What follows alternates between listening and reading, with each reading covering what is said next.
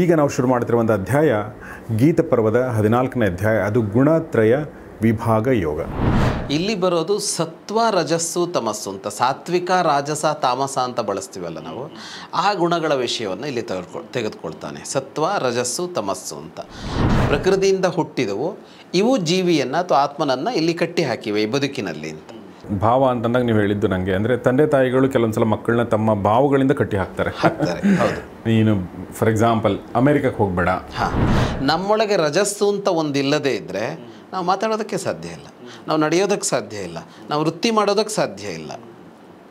ಒಂದು ತಮಸ್ಸು ಅಂತ ಇಲ್ಲದೇ ಇದ್ದರೆ ನಿದ್ರೆಯೇ ಬರೋದಿಲ್ಲ.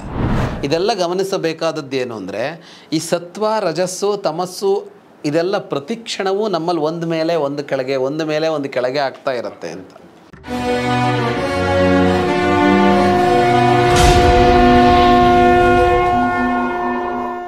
ಮಹಾಭಾರತದ ರಹಸ್ಯಗಳು. ಈ ಕಾರ್ಯಕ್ರಮದ ಪ್ರಾಯೋಜಕರು ಸಪ್ತಮ್ ತೈಲ, ಶುದ್ಧತೆಗೆ ಆದ್ಯತೆ.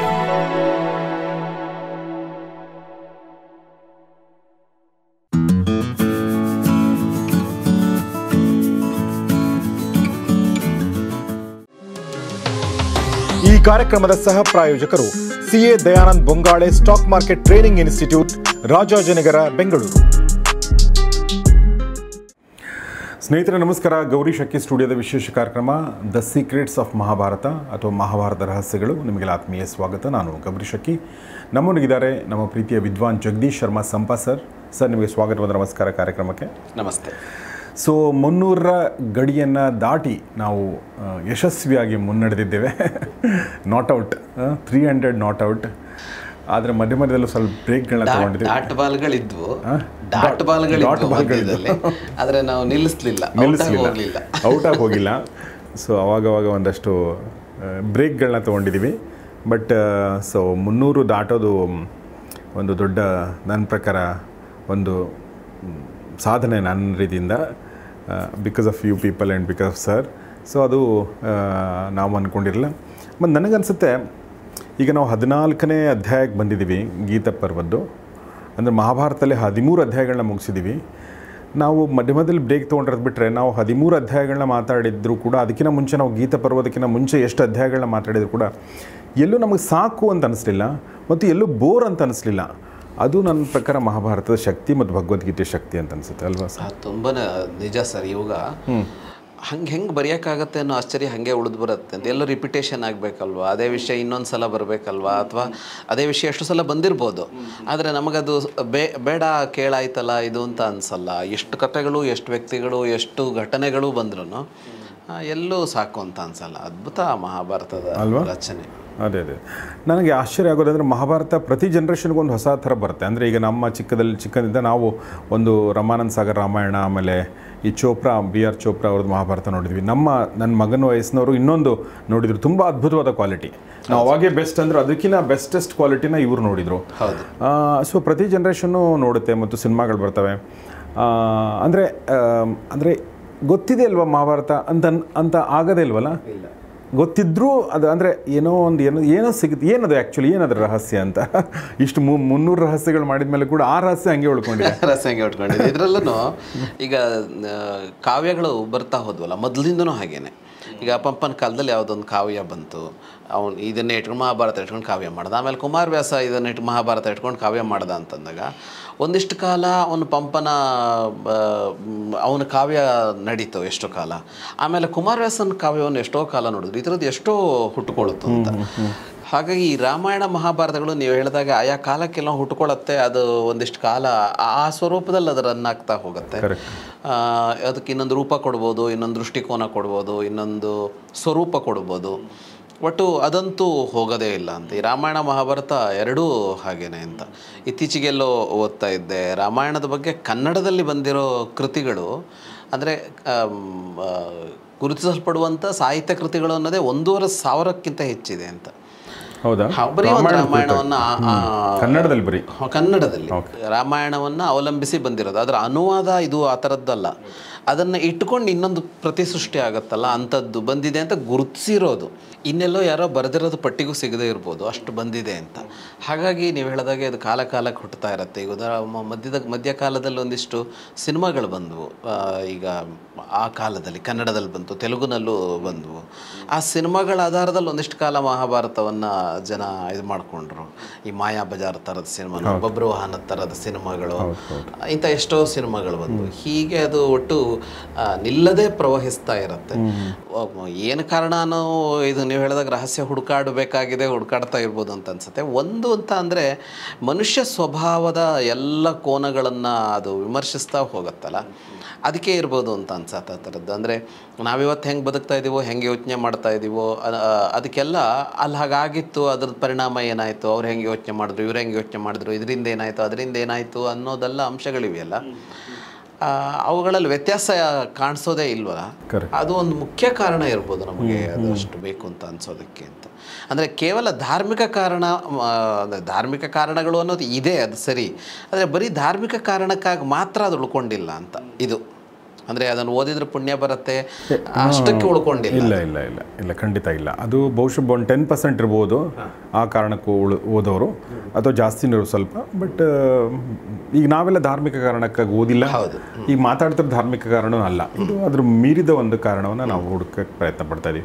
ಕೇಜ್ರಿವಾಲ್ ಮೊನ್ನೆ ಜೈಲಲ್ಲಿ ಹೋದಾಗ ಅವರು ರಾತ್ರಿ ಮಲ್ಕೊಳ್ಳುವಾಗ ಭಗವದ್ಗೀತೆ ಮತ್ತು ರಾಮಾಯಣ ಎರಡೂ ಕೃತಿಗಳನ್ನ ಕೊಡಿ ಅಂತ ಹೇಳಿದ್ರಂತೆ. ಸೊ ಅವ್ರು ತೊಗೊಂಡು ಓದಿ ಮಲ್ಕೊಂಡ್ರು ಅಂತ ನಾನು ಪೇಪರ್ಗಳಲ್ಲಿ ಓದಿದೆ. ಸೊ ಹಾಗೆ ಜೈಲಲ್ಲಿದ್ದರಿಗೂ ಬೇಕು, ಗೌರಿಶಂಕರ್ ಸ್ಟುಡಿಯೋದಲ್ಲಿದ್ದರಿಗೂ ಬೇಕು.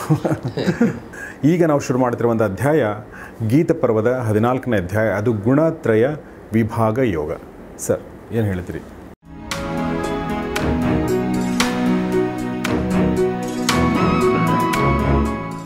ಹಾಂ, 13 ಮುಗಿಸಿ 14ಕ್ಕೆ ಬಂದ್ವಿ. ಗುಣತ್ರಯ ವಿಭಾಗ ಯೋಗ ಅಂತ. ಬದುಕನ್ನು ಎಲ್ಲ ಕೋನಗಳಿಂದ ನೋಡುತ್ತೆ ಭಗವದ್ಗೀತೆ.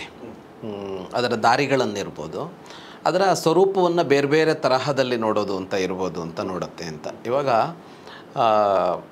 ಈಗ ನಮ್ಮ ದೇಹವನ್ನು ಎಷ್ಟು ತರಹದಲ್ಲಿ ನೋಡ್ಬೋದು ಅಂತ, ಅದು ಎಲ್ಲವೂ ನಿಜನೇ, ಯಾವುದೂ ಸುಳ್ಳಲ್ಲ. ಬೇರೆ ಬೇರೆ ತರಹದಲ್ಲಿ ಈಗ ದೇಹದಲ್ಲಿ ಲೇಯರ್ಗಳೇನಿವೆ ಅಂತ ನೋಡ್ತಾ ಹೋಗೋದು. ಚರ್ಮ ಇದೆ, ಚರ್ಮದೊಳಗೆ ಮಾಂಸ ಇದೆ, ಅದರೊಳಗೆ ಮಜ್ಜೆ ಇದೆ, ಹೀಗೆ ನೋಡ್ತಾ ಲೇಯರ್ ಥರ. ಚರ್ಮಗಳೇ ಏಳು ಲೇಯರ್ ಇದೆ ಚರ್ಮಕ್ಕೆ.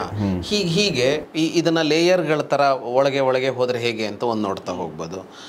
ಮೇಲ್ಗಡೆ ತಲೆಯ ಭಾಗ ಒಂದಿದೆ, ಮಧ್ಯದಲ್ಲಿ ಒಂದು ದೇಹದ ಭಾಗ ಇದೆ, ಕೆಳಗಡೆ ಕಾಲಿನ ಭಾಗ ಇದೆ, ಹೀಗೆ ವಿಭಾಗ ಮಾಡ್ಕೊಂಡು ನೋಡ್ಬೋದು. ಅಥವಾ ಇದರಲ್ಲಿ ರಕ್ತ ಪರಿಚಲನ ವ್ಯೂಹ ಇದೆ, ಜೀರ್ಣಾಂಗ ವ್ಯೂಹ ಇದೆ, ಮಸ್ತಿಷ್ಕ ಇದೆ, ಹೀಗೆ ವಿಭಾಗಿಸಿಕೊಂಡು ನೋಡ್ತಾ ಹೋಗ್ಬೋದು. ಹೀಗೆ ಒಂದು ದೇಹವನ್ನು ಅರ್ಥ ಮಾಡ್ಕೊಳ್ಳೋದಕ್ಕೆ ಇಷ್ಟು ತರಹದಲ್ಲಿ ಅದನ್ನು ವಿಭಾಗಿಸಿಕೊಳ್ಳೋದಕ್ಕೆ ಸಾಧ್ಯ ಆಗುತ್ತೆ. ಹೀಗೆ ವಿಭಾಗಿಸಿಕೊಂಡಾಗ ಈ ದೇಹವನ್ನು ಚೆನ್ನಾಗಿ ಇಟ್ಕೊಳ್ಳೋದ್ರ ಬಗ್ಗೆನೋ ಆಯಾ ಕ್ರಮದಂತೆ ಬೇರೆ ಬೇರೆ ತರಹದ ಚಿಂತನೆನೂ ಬರುತ್ತೆ. ಕೊನೆಯಲ್ಲವೆಲ್ಲೂ ಒಂದೇ ಆಗಿರುತ್ತೆ, ಬೇರೆ ಏನೋ ಆಗಿರೋದಿಲ್ಲ.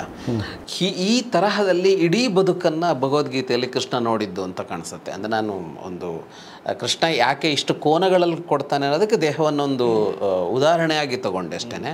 ಅದಕ್ಕೆ ಸರಿಯಾಗಿ ಸಮನ್ವಯ ಅಂತ ಅರ್ಥ ಅಲ್ಲ. ಹಾಗೆ ಕೊಡುವಾಗ ನಮಗವನು ದಾರಿಯನ್ನು ಎಷ್ಟು ತರಹದಲ್ಲಿ ದಾರಿ ಹೇಳ್ದ, ಮತ್ತು ಬದುಕಿನ ಸ್ವರೂಪವನ್ನು ಹಲವು ಥರದಲ್ಲಿ ಹೇಳ್ದ. ಬದುಕು ಅಂದರೆ ಏನು, ದೇಹ ಅಂದರೆ ಏನು, ಜೀವ ಅಂದರೆ ಏನು, ಆತ್ಮ ಅಂದರೆ ಏನು ಅನ್ನೋದನ್ನು ಎಷ್ಟೋ ಥರದಲ್ಲಿ ಹೇಳ್ದನಲ್ಲ. ಇವಾಗ ಇನ್ನೊಂದೇನು ಹೇಳ್ತಾ ಇದ್ದಾನೆ ಅಂದರೆ ಗುಣಗಳ ಆಧಾರದಲ್ಲಿ ಹೇಳ್ತಾ ಇದ್ದಾನೆ. ಗುಣಗಳು ಅಂದರೆ ಈ ಸದ್ಗುಣ ದುರ್ಗುಣ ಅಂತ ಹೇಳ್ತೀವಲ್ಲ, ಅದಲ್ಲ, ಅದು ಬೇರೆ. ಒಳ್ಳೇದು ಮಾಡೋದು, ಕೆಟ್ಟದ್ದು ಮಾಡೋದು, ಒಳ್ಳೆ ಯೋಚನೆ, ಕೆಟ್ಟ ಯೋಚನೆ, ದಾನ ಮಾಡಿದರೆ ಸದ್ಗುಣ, ಪ್ರೀತಿ ತೋರಿಸಿದರೆ ಸದ್ಗುಣ, ಯಾರಿಗೋ ಹೊಡೆದ್ರೆ ದುರ್ಗುಣ, ಇದಲ್ಲ. ಇಲ್ಲಿ ಬರೋದು ಸತ್ವ ರಜಸ್ಸು ತಮಸ್ಸು ಅಂತ. ಸಾತ್ವಿಕ ರಾಜಸ ತಾಮಸ ಅಂತ ಬಳಸ್ತೀವಲ್ಲ ನಾವು, ಆ ಗುಣಗಳ ವಿಷಯವನ್ನು ಇಲ್ಲಿ ತೆಗೆದುಕೊಳ್ತಾನೆ. ಸತ್ವ ರಜಸ್ಸು ತಮಸ್ಸು ಅಂತ.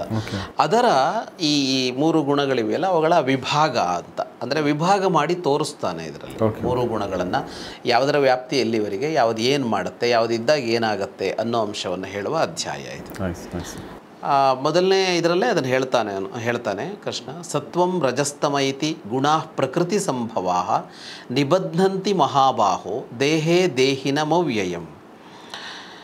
ಸತ್ವ ರಜಸ್ಸು ತಮಸ್ಸು ಅಂತ ಗುಣಗಳು, 3 ಗುಣಗಳು. ಇವು ಪ್ರಕೃತಿ ಸಂಭವಾಹ ಅಂತ.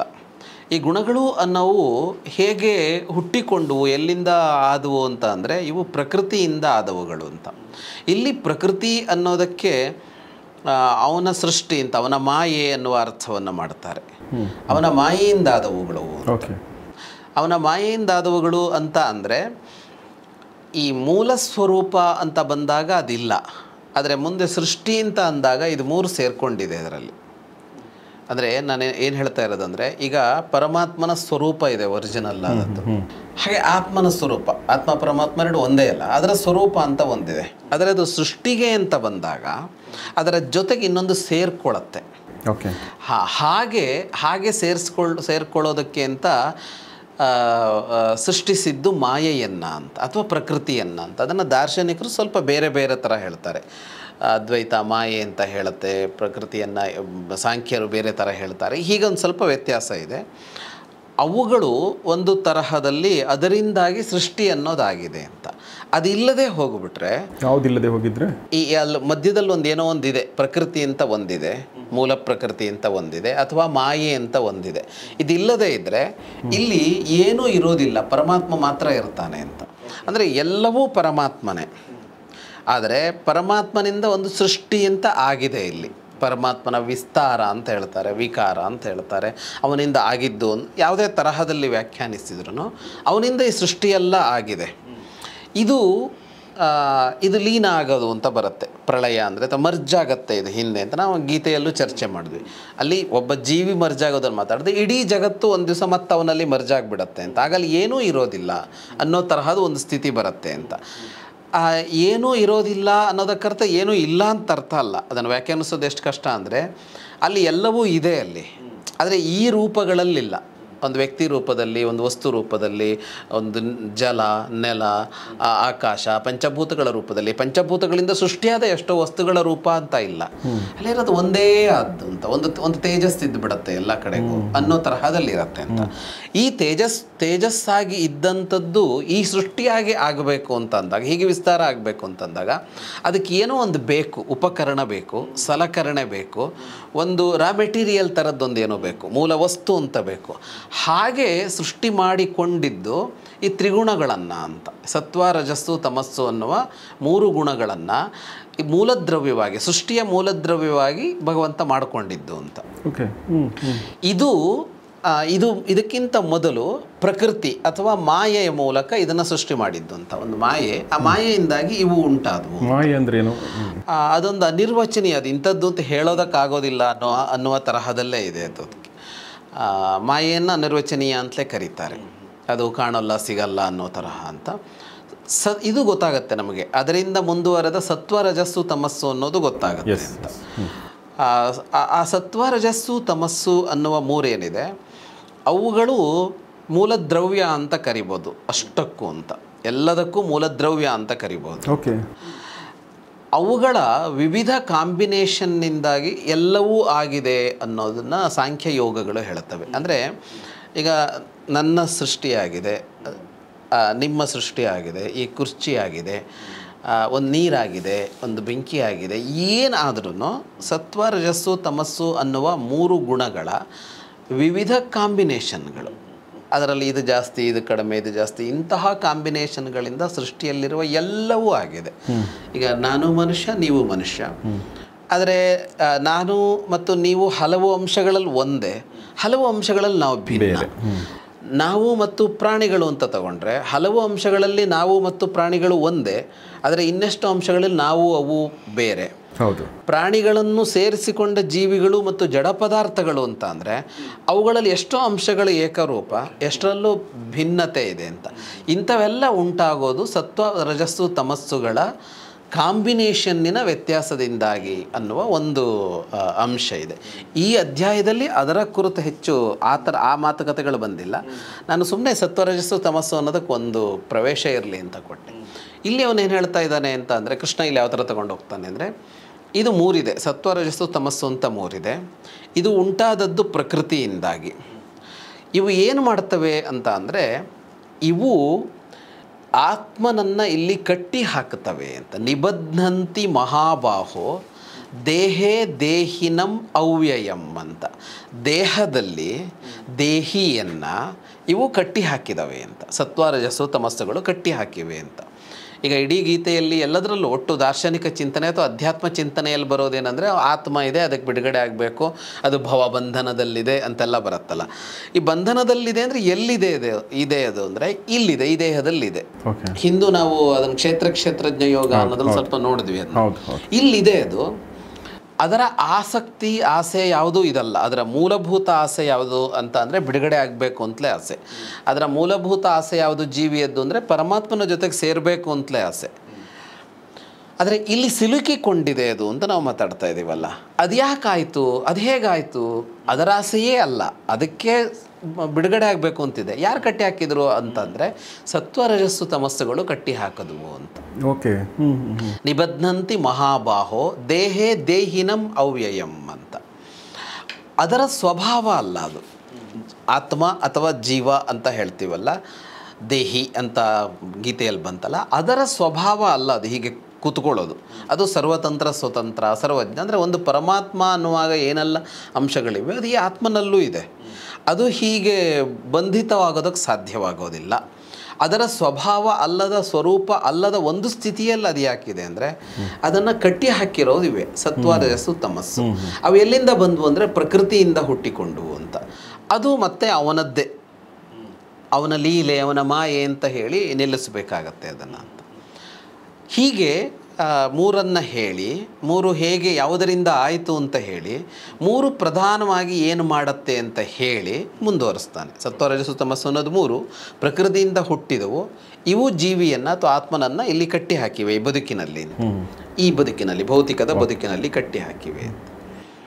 ತತ್ರ ಸತ್ವಂ ನಿರ್ಮಲತ್ವಾತ್ ಪ್ರಕಾಶಕಂ ಅನಾಮಯಂ ಸುಖಸಂಗೇನ ಬಧ್ನಾತಿ ಜ್ಞಾನಸಂಗೇನ ಚಾನಘ. ಈ ಕಟ್ಟಿ ಹಾಕೋದು ಅಂದರೆ ಏನು ಅಂತ ಒಂದು ಪ್ರಶ್ನೆ ಬರುತ್ತೆ. ಈಗ ಬಂಧನ ಅನ್ನುವ ಪ್ರಶ್ನೆ ಬಂದರೆ, ಈ ಬಂಧನ ಅಂದರೆ ಏನು ಅಂತ ಬಂದಾಗ, ಈಗ ಒಂದು ನಾಯಿಯನ್ನು ಕಟ್ಟಿ ಹಾಕಿದ್ದೀವಿ ಅಂತ. ಈ ನಾಯಿ ಕಟ್ಟಿ ಹಾಕಿದ್ದೀವಿ ಅಂತಂದಾಗ ಅದರ ಕುತ್ತಿಗೆಗೆ ಒಂದು ಸರಪಳಿ ಇದೆ, ಹಗ್ಗ ಇದೆ, ಅಥವಾ ಗೋವನ್ನೋ ಇನ್ನೊಂದನ್ನೋ ಕಟ್ಟಿ ಹಾಕಿದಾಗ ಅಂತ.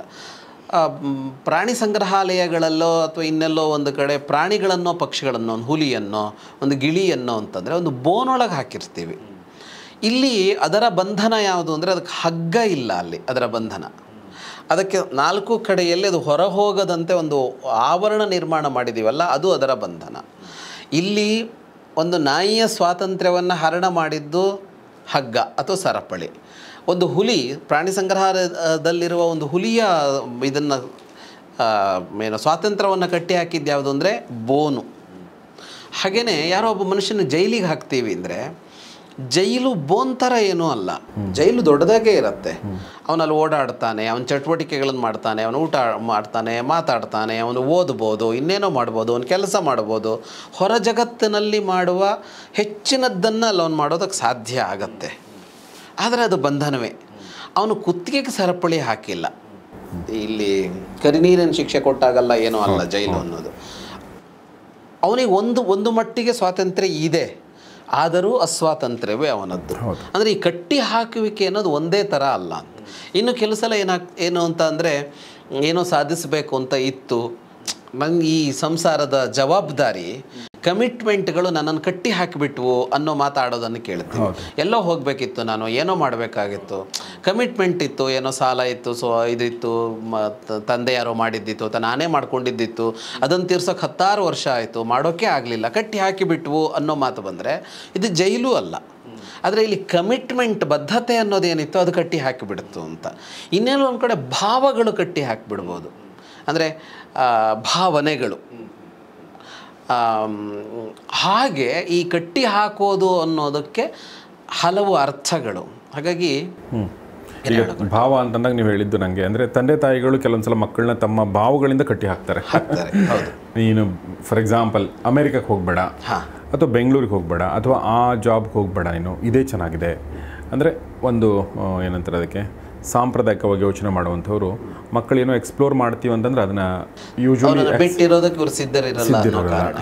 ಆ ಥರದ್ದು ಎಮೋಷನಲ್ ಆಗಿ, ಅಥವಾ ಹೆಂಡತಿ ಗಂಡನ ಗಟ್ಟಿ ಹಾಕ್ಬೋದು, ಅಥವಾ ಗಂಡ ಹೆಂಡತಿನ ಕಟ್ಟಿ ಹಾಕ್ಬೋದು, ನೀನು ಕೆಲಸ ಮಾಡಬೇಡ ಅಂತ ಹೇಳ್ಬೋದು, ಅಥವಾ ನೀನು ಅಲ್ಲಿ ಆ ಊರಿಗೆ ಹೋಗಬೇಡ ಅಂತ ಹೇಳ್ಬೋದು. ಈ ಥರದ್ದು ಸುಮಾರು ಕಟ್ಟಿ ಹಾಕೋದು ಸುಮಾರಿದೆ.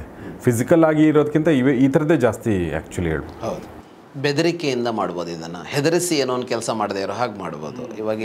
ಈಗ ರಾಜಕಾರಣದಲ್ಲಿ ನಡೆಯುತ್ತಲ್ಲ, ಅವನು ಭಿನ್ನಮತಿ ಆಗಿರ್ತಾನೆ, ಅವನು ಸೀಟ್ ಸಿಗಲಿಲ್ಲ ನಿಲ್ತೀನಿ ಅಂತ ಹೊರಟಾಗ ಅವನನ್ನೇನೋ ಹೆದರಿಸಿ ವಾಪಸ್ ತೊಗೋಬೋದು, ಆಮಿಷ ಒಡ್ಡಿ ಅವನನ್ನು ವಾಪಸ್ ತೊಗೋಬೋದು. ಇಲ್ಲ, ಅಲ್ಲಿ ಯಾರೋ ನಾಯಕರುಗಳು ಭಾಳ ಪ್ರೀತಿ ಇರುತ್ತೆ, ಅವರು ಪ್ರೀತಿಯಿಂದ ಬೇಡ ನಿಂತ್ಕೋಬೇಡ ಭಿನ್ನಮತಿಯನಾಗಿ ನೀನು ರೆಬಲ್ ಆಗಿ ಅಂತ ಹೇಳಿ ನಿಲ್ಲಿಸ್ಬೋದು. ಈಗ ಏನೋ ಒಂದುಗಳಿರುತ್ತೆ, ಇಡೀ ಬೆದರಿಕೆ ಒಡ್ಬೋದು. ತುಂಬ ಇದೆ. ಹೀಗೆ ಕಟ್ಟಿ ಹಾಕೋದು ಅಂತ ಇದೆಯಲ್ಲ, ಅದರ ಸ್ವರೂಪಗಳು ಹಲವು ತರಹ ಅಂತ. ಇಲ್ಲಿ ಯಾಕೆ ಹೇಳಿದೆ ಅಂದರೆ, ಇಲ್ಲಿ ಕಟ್ಟಿ ಹಾಕೋದು ಅನ್ನೋ ಶಬ್ದ ಇರೋದ್ರಿಂದ ಒಂದು ಸ್ವಲ್ಪ ಈ ವಿಸ್ತಾರ ಸಿಕ್ಕಿದ್ರೆ ಅದು ಅರ್ಥ ಮಾಡ್ಕೊಳ್ಳೋದಕ್ಕಾಗತ್ತೆ ಅಂತ.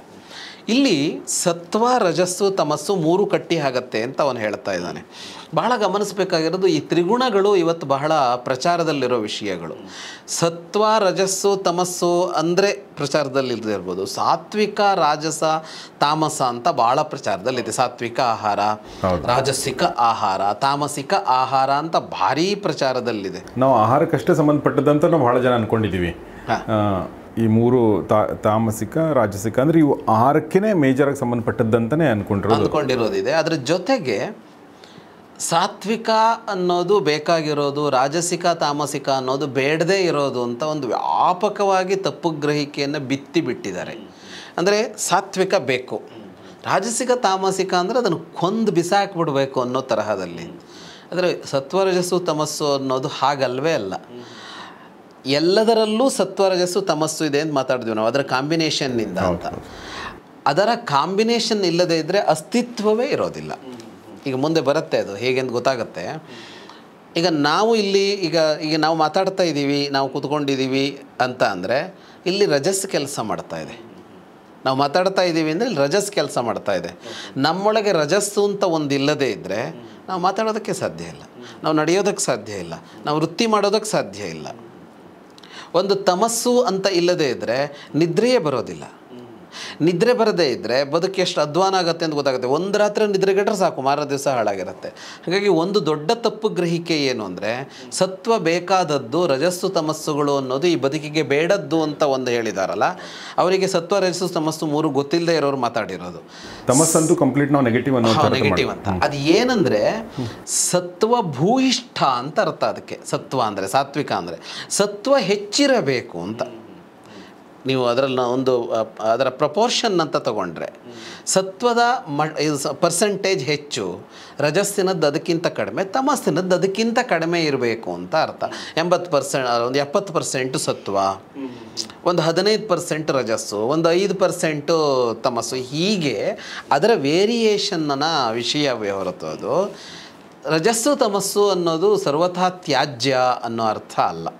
ಯಾಕೆಂದರೆ ಅದು 3 ಇರೋದ್ರಿಂದಲೇ ಈ ಸೃಷ್ಟಿ ಇರೋದು, ಬದುಕಿರೋದು. ಅದನ್ನು ಬೇರೆ ಬೇರೆ ಥರದಲ್ಲಿ ಇಲ್ಲಿ ಹೇಳ್ತಾ ಹೋಗ್ತಾನೆ. ಈ ಅಧ್ಯಾಯ ಮಾತ್ರ ಅಲ್ಲ, ಈ ತ್ರಿಗುಣಗಳ ಬಗ್ಗೆ 18ನೇ ಅಧ್ಯಾಯದವರೆಗೂ ಕೃಷ್ಣ ಮಾತಾಡ್ತಾನೆ. ಮತ್ತೆ ಬರುತ್ತೆ ಅಲ್ಲಿವರೆಗೂ. ಇದು ಹಿಂದೂ ಇದರ ಪ್ರಸ್ತಾಪ ಒಂದ್ಸಲ ಬಂದಿತ್ತು, ಅವಾಗ ಜಾಸ್ತಿ ಇರಲಿಲ್ಲ, ಸ್ವಲ್ಪ ಬಂದಿತ್ತು. ಈ ಭಾಗದ ನಂತರ ಹೆಚ್ಚು ತ್ರಿಗುಣಗಳ ಬಗ್ಗೆ ಮಾತಾಡ್ತಾನೆ ಅವನು. ತತ್ರ ಸತ್ವಂ ನಿರ್ಮಲತ್ವಾತ್ ಪ್ರಕಾಶಕಂ ಅನಾಮಯಂ ಸುಖಸಂಗೇನ ಬಧ್ನಾತಿ ಜ್ಞಾನಸಂಗೇನ ಚಾನಗ. ಇದರಲ್ಲಿ ಸತ್ವ ಅಂತ ಇದೆಯಲ್ಲ, ಅದು ಹೇಗೆ ಕಟ್ಟತ್ತೆ ಅಂತ ಅಂದರೆ, ಅದು ಸುಖ ಮತ್ತು ಅರಿವಿನ ಜೊತೆಗೆ ಕಟ್ಟಿ ಹಾಕತ್ತೆ ಅಂತ ಹೇಳ್ತಾನೆ. ಹೌದು, ಸತ್ವ ಅನ್ನೋದು ಸುಖದ ಜೊತೆಗೆ ಮತ್ತು ಜ್ಞಾನದ ಜೊತೆಗೆ ಕಟ್ಟಿ ಹಾಕತ್ತೆ ಅದು ಅಂತ. ಅಂದರೆ ಈಗ ಆತ್ಮಕ್ಕೆ ಇಲ್ಲಿ ಆತ್ಮವನ್ನು ಕಟ್ಟಿ ಹಾಕೋದು ಅಂದರೆ ಇದರ ಜೊತೆಗೆ ಒಂದು ನಂಟು ಬೆಳೆಯೋದು. ಅದು ಈ ಸೃಷ್ಟಿಯ ಜೊತೆಗೆ ಒಂದು ನಂಟು ಬೆಳಿಬೇಕು, ಈ ನಮ್ಮ ಈ ಬದುಕಿನ ಜೊತೆಗೆ ಒಂದು ನಂಟು ಬೆಳಿಬೇಕು, ಒಂದು ಅಂಟು ಬೆಳಿಬೇಕದು. ಯಾವುದರ ಜೊತೆಗಲ್ಲ ಅಂತ ಅಂದರೆ, ಸತ್ವ ಏನು ಮಾಡುತ್ತೆ ಅಂದರೆ ಸುಖದ ಜೊತೆಗೆ ಒಂದು ಅಂಟು ಬೆಳೆಸುತ್ತೆ. ಅದಕ್ಕೆ ಅದು ಬೇಕು ಅಂತ, ಅದು ಒಂದು ಖುಷಿ ಕೊಡೋ ಸಂಗತಿ ಇದೆ. ಅದು ಆಹಾರವೋ, ಅದು ವಿಹಾರವೋ, ಅದು ಉದ್ಯೋಗವೋ, ಏನೋ ಯಾವುದೋ ವ್ಯಕ್ತಿಯ ಜೊತೆಗಿನ ಬದುಕು, ಒಟ್ಟು ನಮಗೆ ಖುಷಿ ಕೊಡುವ ಸಂಗತಿಗಳಿವೆಯಲ್ಲ, ಅದರ ಜೊತೆಗೆ ಆತ್ಮವನ್ನು ಕಟ್ಟಿ ಹಾಕಿದೆ. ಅಂದರೆ ಕಟ್ಟಿ ಹಾಕಿದೆ ಅಂದರೆ ಏನು ಮಾಡಿದೆ, ಅದಕ್ಕೂ ಒಂದು ಲಿಂಕ್ ಏರ್ಪಡಿಸಿದೆ ಅಂತ. ಅದಕ್ಕೂ ಲಿಂಕ್ ಏರ್ಪಡಿಸಿದಾಗ ಅದೊಂದು ಸೇರಿಕೊಂಡಿದೆ. ಈ ಸೇರಿಕೊಂಡಿರೋದಿದೆಯಲ್ಲ, ಇದನ್ನೇ ಕಟ್ಟಿ ಹಾಕೋದು ಅನ್ನೋ ಭಾಷೆಯಲ್ಲಿ ಹೇಳ್ತಾ ಇರೋದು. ಹಾಗಾಗಿ ಸತ್ವ ಅನ್ನೋದು ಏನು ಮಾಡುತ್ತೆ ಅಂದರೆ ಇದೆರಡನ್ನು ಮಾಡುತ್ತೆ, ಇದೆರಡರ ಜೊತೆ ಕಟ್ಟಿ ಹಾಕತ್ತೆ. ಸತ್ವ ನಿರ್ಮಲವಾದದ್ದು ಅಂತ ಹೇಳ್ತಾನೆ. ಹಾಗಾಗಿ ಅದು ಪ್ರಕಾಶಕಂ ಅಂತ. ಅದರ ಗುಣ ಏನು ಅಂದರೆ ಅದು ತೋರಿಸಿಕೊಡತ್ತೆ ಅಂತ. ಪ್ರಕಾಶಕ ಅಂದರೆ, ಪ್ರಕಾಶ ಅಂದರೆ ಬೆಳಕು, ಪ್ರಕಾಶಕ ಅಂದರೆ ತೋರಿಸಿಕೊಡುವಂಥದ್ದು ಅಂತ. ಉದಾಹರಣೆಗೆ ಬೆಳಕಿದೆ, ಕಣ್ಣಿದ್ರೆ ಮಾತ್ರ ಬೆಳಕು ಗೊತ್ತಾಗತ್ತೆ ನಮಗೆ. ಕಣ್ಣಿನಲ್ಲಿ ನೋಡುವ ಸಾಮರ್ಥ್ಯ ಇದ್ದರೆ ನಾವು ಬೆಳಕನ್ನು ಫೀಲ್ ಮಾಡೋದಕ್ಕೆ ಸಾಧ್ಯ ಆಗುತ್ತೆ. ಹಾಗಾಗಿ ಕಣ್ಣು ಪ್ರಕಾಶಕ, ಪ್ರಕಾಶ ಏನಿದೆ ಅದನ್ನು ತೋರಿಸಿಕೊಡುವಂತೆ ಮಾಡೋದು ಪ್ರಕಾಶಕ ಅಂತ. ನಮ್ಮಲ್ಲಿ ಪುಸ್ತಕಗಳು ಬಂದಾಗ ಪ್ರಕಾಶಕರು ಅಂತ ಕರಿತೀವಿ, ಪಬ್ಲಿಷರ್ ಅನ್ನೋದಕ್ಕೆ ಕನ್ನಡದಲ್ಲಿ. ಅದು ಭಾಳ ಚೆನ್ನಾಗಿದೆ, ಯಾರೋ ಹಿರಿಯರು ಒಳ್ಳೆ ಶಬ್ದ ಕೊಟ್ಟಿದ್ದಾರೆ. ಅಂದರೆ ಲೇಖಕ ಒಂದು ಬರೆದಿದ್ದಾನೆ, ಅವನೇನೋ ಅವನೊಂದು ಅಭಿಪ್ರಾಯ ಇದೆ, ಒಂದು ಅಭಿಮತ ಇದೆ. ಬರವಣಿಗೆ ಅಂದರೆ ಅದೇ ಅಲ್ವಾ, ಅದನ್ನು ಅವನು ತೋರಿಸಿಕೊಡ್ತಾನೆ ಓದುಗನಿಗೆ ಅದನ್ನು ಅಂತ. ಹಾಗೆ ಈ ಸತ್ವ ಏನು ಮಾಡುತ್ತೆ ಅಂದರೆ ಅದು ತೋರಿಸಿಕೊಡತ್ತೆ ಅಂತ. ಅದನ್ನು ಉದಾಹರಣೆ ಕೊಡುವಾಗ ಸ್ಫಟಿಕ ಆದಂತೆ ಅಂತ ಹೇಳ್ತಾರೆ. ಸ್ಫಟಿಕ ಇದೆಯಲ್ಲ, ಅದು ಹೇಗೆ ಅಂದರೆ ಅದರ ಕೆಳಗೆ ಏನಿದೆಯೋ ಅದರ ಮೇಲ್ಗಡೆಯಿಂದ ನೋಡ್ಬೋದು. ಅಥವಾ ಇನ್ನೂ ಅಂತ ಅಂದರೆ ಒಂದು ಸರೋವರದಲ್ಲಿ, ಕೆರೆಯಲ್ಲಿ ನೀರು ನಿರ್ಮಲವಾಗಿದ್ದರೆ ನೀರಿನ ತಳ ಕಾಣಿಸುತ್ತೆ. ನೀರಿನ ತಳದಲ್ಲಿ ಏನಿದೆಯೋ ಅದು ಕಾಣಿಸುತ್ತೆ. ಅದು ಬಗ್ಗಡಾಗಿದ್ದರೆ ಅಂದರೆ ಅದು ಕೆಸರಾಗಿದ್ದರೆ ಕಾಣಿಸೋದಿಲ್ಲ, ನಿರ್ಮಲವಾಗಿದ್ದಾಗ ಕಾಣಿಸುತ್ತೆ ಅಂತ.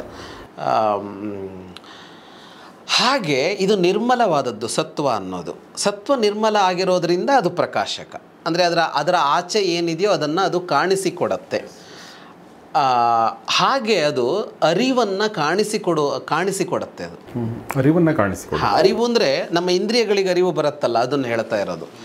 ಈಗ ಜಗತ್ತಿನ ಅರಿವು ಬರ್ತಾ ಇರೋದು ನಮ್ಮ ಪಂಚೇಂದ್ರಿಯಗಳಿಂದ ಅಥವಾ 10 ಇಂದ್ರಿಯಗಳಿಂದ. ಈಗ ಕಣ್ಣು ನೋಡಿ ತಿಳ್ಕೊಳ್ಳುತ್ತೆ, ನಾವು ಕಿವಿಯಲ್ಲಿ ನಾವು ಶಬ್ದದ ಮೂಲಕ ತಿಳ್ಕೊಳ್ತೀವಿ, ಇದು ಸ್ಪರ್ಶದ ಮೂಲಕ ಚರ್ಮ ನಮ್ಗೆ ಗೊತ್ತು ಮಾಡಿಕೊಡುತ್ತಲ್ಲ. ಹಾಗಾಗಿ ಸಂವೇದನೆ ಅನ್ನೋದ್ರ ಮೂಲಕ ಗೊತ್ತು ಮಾಡ್ಕೊಳ್ತೀವಿ, ಅರಿವು ಬರೋದೇ ಇದರಿಂದ. ಹಾಗಾಗಿ ಅವುಗಳನ್ನು ಜ್ಞಾನೇಂದ್ರಿಯ ಅಂತ ಕರೆದಿದ್ದು ಅದಕ್ಕೇನೆ, ಈ 5 ಈ ಕೆಲಸವನ್ನು ಅದು ಮಾಡಿಕೊಡುತ್ತೆ ಅಂತ. ಇದನ್ನು ಈಗ ಇಷ್ಟೇ ಹೇಳಿ ಮುಂದೆ ಹೋಗೋಣ. ಇಡೀ ಅಧ್ಯಾಯ ಮುಗಿದಾಗ ಇದರದ್ದೊಂದು ಸ್ವರೂಪ ಸಿಗತ್ತೆ ನಮಗೆ. ರಜೋ ರಾಗಾತ್ಮಕಂ ವಿದ್ಧಿ ತೃಷ್ಣಾ ಸಂಗ ಸಮುದ್ಭವಂ ತನ್ನಿಬಧ್ನಾತಿ ಕೌಂತೆಯ ಕರ್ಮಸಂಗೇನ ದೇಹಿನಾಂ. ರಜಸ್ಸು ಅಂತ ಎರಡನೆಯದಿದೆಯಲ್ಲ, ಅದು ರಾಗಾತ್ಮಕವಾದದ್ದು ಅಂತ. ಅಂದರೆ ರಾಗ ಸ್ವರೂಪವಾದದ್ದು ಅಂತ, ಅಂದರೆ ಅಂಟುವ ಸ್ವಭಾವದ್ದು ಅದು ಅಂತ. ರಾಗ ಅಂತ ಅಂದರೆ, ರಂಜನ ಅಂತ ಅಂದರೆ ಒಂದು ಅಂಟುವ ಸ್ವಭಾವದ್ದು ಅದು ಅಂತ. ತೃಷ್ಣಾಸಂಗ ಸಮುದ್ಭವಂ, ಅದು ಹುಟ್ಟೋದು ತೃಷ್ಣೆಯೊಂದಿಗಿನ ಸಂಗದಿಯಾಗಿ ಹುಟ್ಟತ್ತೆ ಅಂತ. ತೃಷ್ಣೆ ಅಂತ ಅಂದರೆ ಆಸೆ, ಬಾಯಾರಿಕೆ ಅಂತ ನಾವು ಅಂದ್ಕೊಂಡಿದ್ವಿ. ತೃಷ್ಣ ಅಂದರೆ ಆಸೆ. ಅದರಿಂದಾಗಿ ಈ ರಜಸ್ಸು ಹುಟ್ಟುಕೊಳ್ಳುತ್ತೆ. ಬೇಕು ಅನ್ನುವ ಭಾವ ಇದ್ದಾಗ ಹುಟ್ಟುಕೊಳ್ಳೋದು ರಜಸ್ಸು. ಹಾಗಾಗಿ ಅದು ಏನು ಮಾಡುತ್ತೆ ಅಂದರೆ ಕರ್ಮದೊಡಗನೆ ನಮ್ಮನ್ನು ಕಟ್ಟಿ ಹಾಕತ್ತೆ, ಆತ್ಮವನ್ನು ಕಟ್ಟಿ ಹಾಕತ್ತೆ. ಅಂದರೆ ಏನು ಅಂತ ಅಂದರೆ, ನನಗೇನೋ ಬೇಕು ಅಂತ ಅಂದಾಗ ನಾನು ಅದನ್ನು ನನ್ನದಾಗಿಸಿಕೊಳ್ಳುವ ಕ್ರಿಯೆಗೆ ಹೊರಡ್ತೇನೆ. ಹಾಗಾಗಿ ಆಸೆಯಿಂದ ಹುಟ್ಟತ್ತೆ ಅದು ಕ್ರಿಯೆಯಲ್ಲಿ ನನ್ನನ್ನು ತೊಡಗಿಸತ್ತೆ ಅಂತ. ಒಬ್ಬ ರಾಜ ಇನ್ನೊಂದು ರಾಜ್ಯವನ್ನು ಆಕ್ರಮಿಸಿಕೊಳ್ಳಕ್ಕೆ ಹೊರಡ್ತಾನೆ, ಆಸೆ ಹುಟ್ಟುತ್ತೆ, ಆಮೇಲೆ ಯುದ್ಧ ಮಾಡಿ ನಮ್ಮ ಇದಕ್ಕೂ ಅಂದ್ರೆ ಹಳೆ ಎಕ್ಸಾಂಪಲ್ ನಮಗೆಲ್ಲ ಆ ಥರ ಎಕ್ಸಾಂಪಲ್ಗಳೇ ಬಂದಿದೆ. ರಾಜಸ್ಸ ಅಂದ್ರೆ ಈ ಥರದ್ದು ಬಂದ್ಬಿಟ್ಟಿದೆ. ಅದಕ್ಕೆ ಹೇಳಿದೆ ನಮ್ಮ ಲೈಫಲ್ಲೂ ಇರುವಂಥದ್ದು ಅಲ್ಲ. ಈಗ ಹಾಗೇನೆ ಅಂತ, ಈಗ ನಮ್ಗೇನೋ ಹೇಳಬೇಕು ಅಂತ ಅನ್ಸಿದೆ ಅಂತ ಆಸೆ, ಅದಕ್ಕೆ ನಾವು ಮಾತಾಡಕ್ಕೆ ಹೊರಟ್ವಿ. ಅವ್ರಿಗೇನೋ ತಿಳ್ಕೊಳ್ಬೇಕು ಅಂತ ಅನ್ನಿಸ್ತು, ಅವರು ಕೇಳುವಿಕೆಗೆ ಅಥವಾ ನೋಡುವಿಕೆಯ ಕ್ರಿಯೆಯಲ್ಲಿ ಅವರನ್ನು ಇದು ಮಾಡಿಕೊಂಡ್ರು ಅಂತ. ಇದು ರಜಸ್ಸು ಮಾಡುವ ಕೆಲಸ, ಕ್ರಿಯೆಗೆ ತೊಡಗಿಸುತ್ತೆ. ಕ್ರಿಯೆ ಅಂತ ಏನೇನೆಲ್ಲ ಇದೆಯೋ ಅದೆಲ್ಲ ರಜಸ್ಸಿನ. ಅದು ರೆಪ್ಪೆ ಆಡಿಸೋದಿರ್ಬೋದು, ಅದು ಉಸಿರಾಡೋದಿರ್ಬೋದು. ಹಾಗಾಗಿ ನಾನು ಹೇಳಿದ್ದು ರಜಸ್ಸು ತಮಸ್ಸುಗಳು ಬೇಡದೇ ಇರೋದು ಅನ್ನೋ ಅರ್ಥದಲ್ಲಲ್ಲ ಅಂತ. ಇನ್ನು ತಮಸ್ತ್ವಜ್ಞಾನಜಂ ವಿದ್ಧಿ ಮೋಹನಂ ಸರ್ವದೇಹಿನಾಂ ಪ್ರಮಾದಾಲಸ್ಯ ನಿದ್ರಾಭಿಹಿ ತನ್ನಿಬಧ್ನಾತಿ ಭಾರತ. ಮೂರನೇದು ತಮಸ್ಸು, ಅದು ಅಜ್ಞಾನದಿಂದ ಹುಟ್ಟೋದು, ಅವಿವೇಕದಿಂದ ಹುಟ್ಟೋದು, ತಪ್ಪು ಗ್ರಹಿಕೆಯಿಂದ ಹುಟ್ಟೋದು ಅದು ಅಂತ. ಅದು ಮೋಹನಂ ಸರ್ವದೇಹಿನಾಂ, ಎಲ್ಲರನ್ನೂ ಮೋಹಗೊಳಿಸುತ್ತೆ ಅಂತ, ಅಂದರೆ ಭ್ರಮೆಗೊಳಪಡಿಸುತ್ತೆ ಅಂತ. ಓಕೆ, ಭ್ರಮೆಗೊಳಪಡಿಸುತ್ತೆ ಅದು ಯಾವುದರ ಜೊತೆಗೆ ಆತ್ಮವನ್ನು ಜೋಡಿಸುತ್ತೆ ಅಂದರೆ, ಅಂಟಿಸುತ್ತೆ ಅಂದರೆ ಪ್ರಮಾದ, ಆಲಸ್ಯ, ನಿದ್ರಾ ಅಂತ. ಪ್ರಮಾದ ಅಂದರೆ ಅಜಾಗರೂಕತೆಯ ಕ್ರಿಯೆ. ಓಕೆ, ನಡೀತಾ ಇರ್ತೀವಿ, ಯಾವುದಕ್ಕೋ ಕಾಲು ಸಿಕ್ಕಿ ಎಡವತ್ತೆ, ಬೀಳ್ತೀವಿ, ಸಾವರ್ಸ್ಕೊಳ್ಬೋದು ಬೀಳದೇನು. ಇದನ್ನೇನಂತ ಕರಿತೀವಿ ಅಂದರೆ ಅಜಾಗರೂಕತೆ ಅಂತ ಕರಿತೀವಿ. ಇದು ಪ್ರಮಾದ ಅಂದರೆ ಗಮನಿಸದೇ ಆಗುವಂಥದ್ದು ಅಂತ. ಇದು ಆಗ್ತಾ ಇರುತ್ತೆ. ಇಂತಹ ಪ್ರಮಾದಗಳಿಗೆ ಎಡೆ ಮಾಡುತ್ತೆ ಅದು. ಈ ಪ್ರಮಾದಗಳು ಎಲ್ಲಿ ಆಗತ್ತೆ ಅಂತ ಅಂದರೆ ಭ್ರಮೆಯಿಂದಾಗಿ ಆಗತ್ತೆ ಪ್ರಮಾದ. ಇದೇ ಉದಾಹರಣೆ ತಗೊಂಡ್ರೆ, ನಾವು ದಾರಿಯಲ್ಲಿ ಒಂದು ಕೇಬಲ್ ಇತ್ತು, ಆ ಕೇಬಲ್ ಇಲ್ಲ ಅಂತ ಅಂದ್ಕೊಂಡು ಈ ನನ್ನ ದಾರಿಯಲ್ಲಿ ನನಗೆ ತಡೆಯೊಡ್ಡುವ ಯಾವ ಅಂಶವೂ ಇಲ್ಲ ಅಂತ ದಾಟ್ತಾ ಇದ್ದೀವಿ, ಹೋಗ್ತಾ ಇದ್ದೀವಿ. ಆದರೆ ಅಲ್ಲೊಂದು ದಾರ ಇದೆ, ಹಗ್ಗ ಇದೆ, ಕೇಬಲ್ ಇದೆ. ಅದರ ಇರುವಿಕೆಯನ್ನು ಇದು ತೋರಿಸ್ಲಿಲ್ಲ. ಓಕೆ, ಸತ್ವ ಇದ್ದಿದ್ರೆ ಅದರ ಇರುವಿಕೆಯನ್ನು ಅದು ಗೊತ್ತು ಮಾಡ್ತಿತ್ತು, ಅದು ಅರಿವನ್ನು ಉಂಟು ಮಾಡುತ್ತೆ. ಇದು ಭ್ರಮೆಯನ್ನುಂಟು ಮಾಡುತ್ತೆ. ದಾರಿ ನೀಟಾಗಿದೆ ಅಂತ ಅನ್ಸುತ್ತೆ, ತಗ್ಗಿತ್ತು ಅಂತ ಗೊತ್ತಾಗಲಿಲ್ಲ. ನೀರಿನ ಮೇಲೆ ಕಾಲಿಟ್ಟು ಜಾರಿ ಬಿದ್ದು ಬಿಡ್ತೀವಿ ಎಷ್ಟೋ ಸಲ, ನೀರಿತ್ತು ಅಂತ ಗೊತ್ತಾಗಲಿಲ್ಲ ಅಂತ. ಈಗ ದುರ್ಯೋಧನ ಇದರ ಅರಮನೆಯಲ್ಲಿ ಬಿದ್ದ ಅಂತ ಕಥೆಯನ್ನು ಬಂತಲ್ಲ, ರಾಜಸೂಯ ಯಾಗ ಆದಮೇಲೆ ಅವನಿಗೆ ನೀರು ನೆಲ ಅನ್ನುವ ಭ್ರಮೆ ಹುಟ್ಟಿಸುವಂತ ಇತ್ತು. ಅದು ಯಾವುದರಿಂದ? ಕೌಶಲದಿಂದಾಗಿ. ಅಂದರೆ ಅದನ್ನು ಮಾಡಿದವನ ಕೌಶಲದಿಂದಾಗಿ, ನಿರ್ಮಿತಿಯ ಕೌಶಲದಿಂದಾಗಿ ನೀರು ನೆಲದಂತೆಯೂ ನೆಲ ನೀರಂತೆಯೂ ಕಾಣುವಂತೆ ಇತ್ತು. ಇದೊಂದು ಭ್ರಮೆ. ಈ ಭ್ರಮೆ ಏನು ಅಂದರೆ ಅದೇನೆ, ಸತ್ವ ಹೆಚ್ಚಿದ್ರೆ ಅದು ವಿವೇಕದ ಕೆಲಸ ಮಾಡುತ್ತೆ, ಸತ್ವ ಹೆಚ್ಚಿಲ್ಲದೆ ಇದ್ದಾಗ ಅದು ಅವಿವೇಕ ಮಾಡಿಸುತ್ತೆ. ಅವಿವೇಕ ಅಂದರೆ ಏನಂದರೆ ಭ್ರಮೆ ಬರುತ್ತೆ. ಇದನ್ನು ಅದು ಅಂತ ಅಂದ್ಕೊಳ್ತೀವಿ, ಅದನ್ನು ಇದು ಅಂತ ಅಂದ್ಕೊಳ್ತೀವಿ. ಇದು ತಮಸ್ಸಿನ ಕೆಲಸ. ಇದೆಲ್ಲ ಗಮನಿಸಬೇಕಾದದ್ದು ಏನು ಅಂದರೆ, ಈ ಸತ್ವ, ರಜಸ್ಸು, ತಮಸ್ಸು ಇದೆಲ್ಲ ಪ್ರತಿಕ್ಷಣವೂ ನಮ್ಮಲ್ಲಿ ಒಂದು ಮೇಲೆ ಒಂದು ಕೆಳಗೆ, ಒಂದು ಮೇಲೆ ಒಂದು ಕೆಳಗೆ ಆಗ್ತಾ ಇರುತ್ತೆ. ನಾನು ಮಾತಾಡ್ತಾ ಇರ್ತೀನಿ, ಶುದ್ಧವಾಗಿ ಮಾತಾಡ್ತಾ ಇರ್ತೀನಿ, ಮಧ್ಯೆಯಲ್ಲೂ ನನ್ನ ಮಾತು ತಡವರಿಸುತ್ತೆ.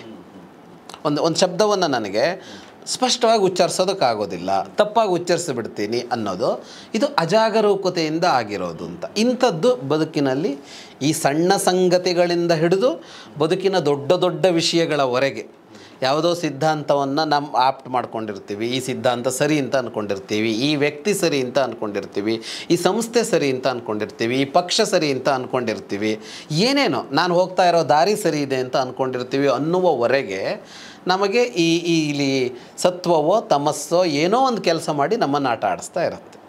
ತಮಸ್ಸು ಹೆಚ್ಚಾಗಿದೆಯಾ ಅಲ್ಲಿ ಅಂದರೆ ಆ ಅವಿವೇಕವನ್ನು ಅದು ಮಾಡಿಸ್ತಾ ಇರುತ್ತೆ ಅಂತ. ಹೀಗೆ ಒಂದು ಪ್ರಮಾದದಲ್ಲಿ, ಇನ್ನೊಂದು ಆಲಸ್ಯದಲ್ಲಿ. ಈಗ ರಜಸ್ಸು ಇದ್ದರೆ ಈಗ ಸತ್ವ ಅರಿವು ಕೊಡ್ತು, ಈ ಅರಿವಿನ ಆಧಾರದಲ್ಲಿ ಆಸೆ ಹುಟ್ಕೊಳ್ತು. ಅರಿವಿನ ಆಧಾರದಲ್ಲಿ ಆಸೆ ಹುಟ್ಕೊಳ್ತು ಅಂದರೆ ಏನು ಅಂತ ಕೇಳಿದರೆ, ಈಗ ಕಾಫಿ ಕುಡಿಬೇಕು ಅಂತ ನಂಗೆ ಆಸೆ ಹುಟ್ಟುತ್ತೆ, ಅದು ರಜಸ್ಸಿನದು ಕೆಲಸ. ಕಾಫಿ ಕುಡಿಯುವ ಕ್ರಿಯೆಗೆ ಅದು ತೊಡಗಿಸುತ್ತೆ ಅಂತ ಅಂದ್ಕೊಂಡ್ರೆ, ಈ ಕಾಫಿ ಅನ್ನೋದು ಅದು ರುಚಿಯಾಗಿದೆ ಅಂತ ಯಾವುದೋ ಒಂದು ಹಳೆಯ ಅನುಭವದ ಆಧಾರದ ಮೇಲೋ ಇನ್ನೊಂದು ನಾನು ಬಹಳ ಇದರ ಉದಾಹರಣೆಗಳನ್ನು ಕೊಡ್ತಾ ಇದ್ದೀನಿ, ನಮಗೆಲ್ಲ ರಿಲೇಟ್ ಆಗೋ ಉದಾಹರಣೆಗಳನ್ನು. ಇದನ್ನು ಬಹಳ ಶಾಸ್ತ್ರೀಯವಾಗಿ ಎಲ್ಲ ತೆಗೆದುಕೊಳ್ಳಬೇಕಾಗಿಲ್ಲ. ಹಾಗಿದ್ರೆ ಕಾಫಿ ಒಳ್ಳೆಯದು ಅಂತ ಸತ್ವನ ಅಂತೆಲ್ಲ ಹಾಗೆ ಹೋಗಬೇಕಾಗಿಲ್ಲ, ತಕ್ಷಣ ಅರ್ಥ ಆಗಲಿ ಅಂತ. ಹಾಗೆ ಅರಿವು ಒಂದು ಮೂಡಿದೆ, ಆ ಅರಿವು ಆಸೆಯನ್ನು ಹುಟ್ಟಿಸಿತು.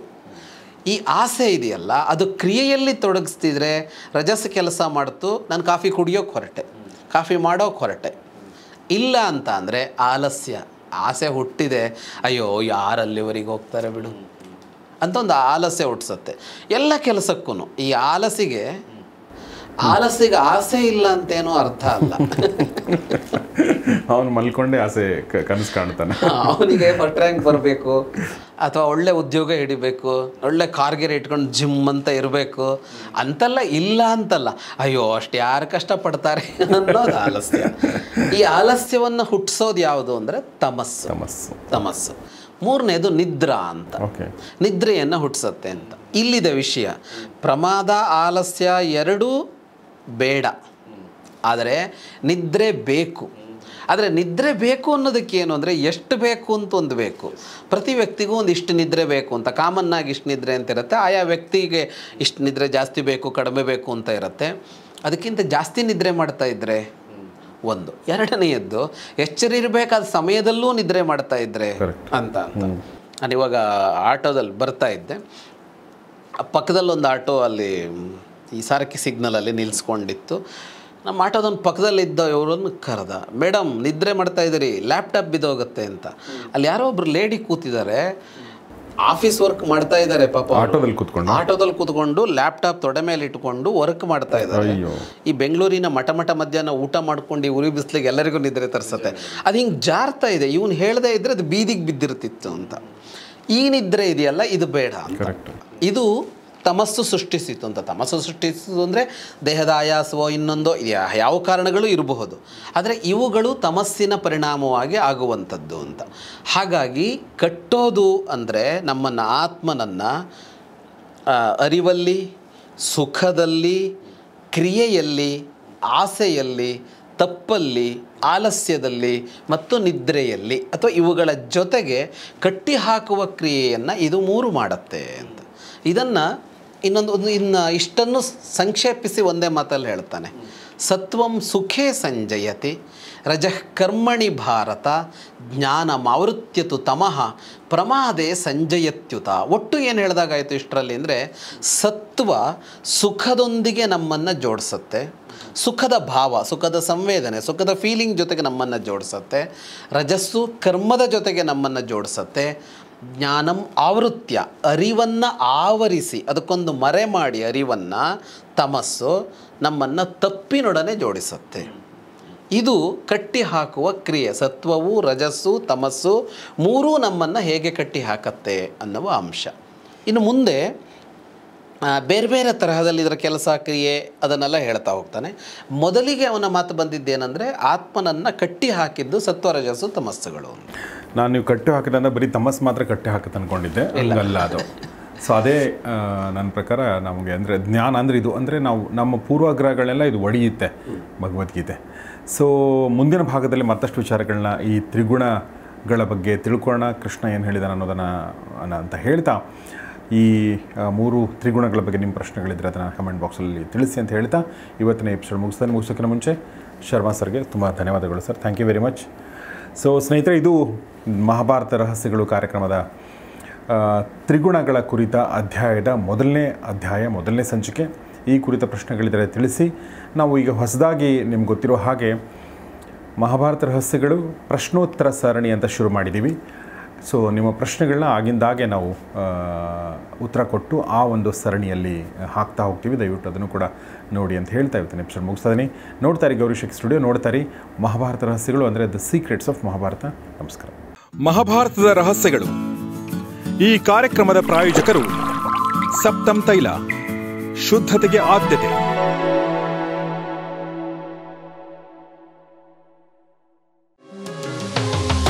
ಈ ಕಾರ್ಯಕ್ರಮದ ಸಹ ಪ್ರಾಯೋಜಕರು CA Dayanand Bongale stock market training institute, Rajajinagar, Bengaluru.